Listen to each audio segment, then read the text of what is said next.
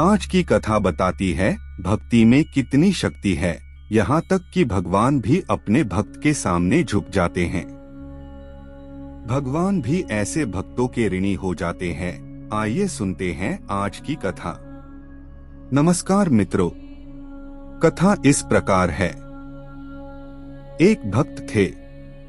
उन्होंने भगवान का नाम जपते हुए जीवन बिता दिया, पर भगवान से कभी कुछ नहीं मांगा।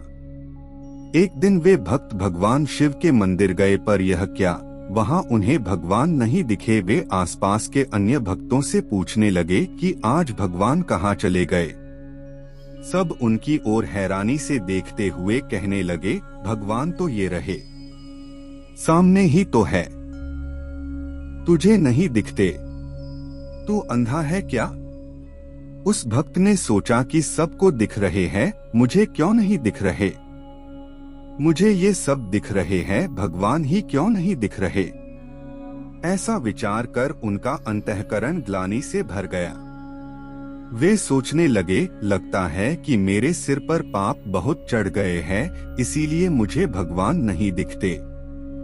मैं इस शरीर का अंत कर दूंगा। आखिर ऐसे शरीर का क्या लाभ जिससे भगवान ही न दिखते हो। ऐसा सोचकर वे नदी में डूबने चले।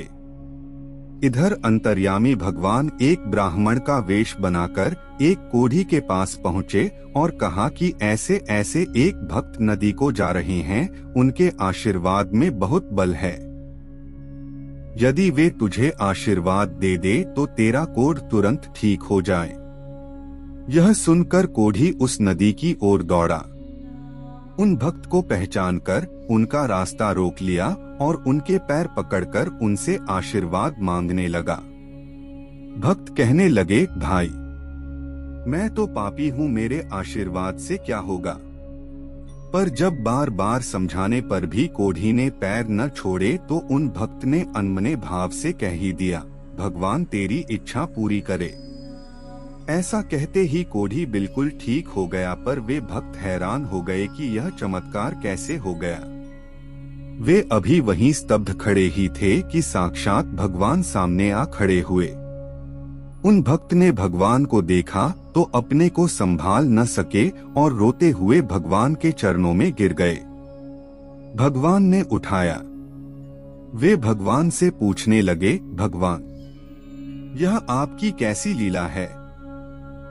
पहले तो आप मंदिर में भी दिखाई न दिए और अब अनायास आपका दर्शन ही प्राप्त हो रहा है। भगवान ने कहा, भक्तराज, आपने जीवन भर जप किया पर कभी कुछ मांगा नहीं।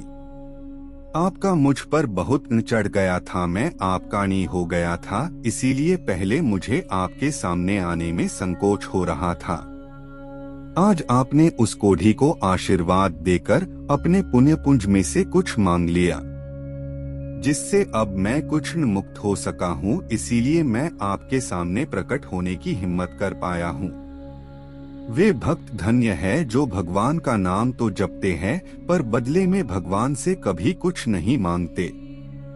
जिनके भगवान भी नहीं है, ऐसे भक्तों के चरणों में भगवान भी माथा टिकाता है।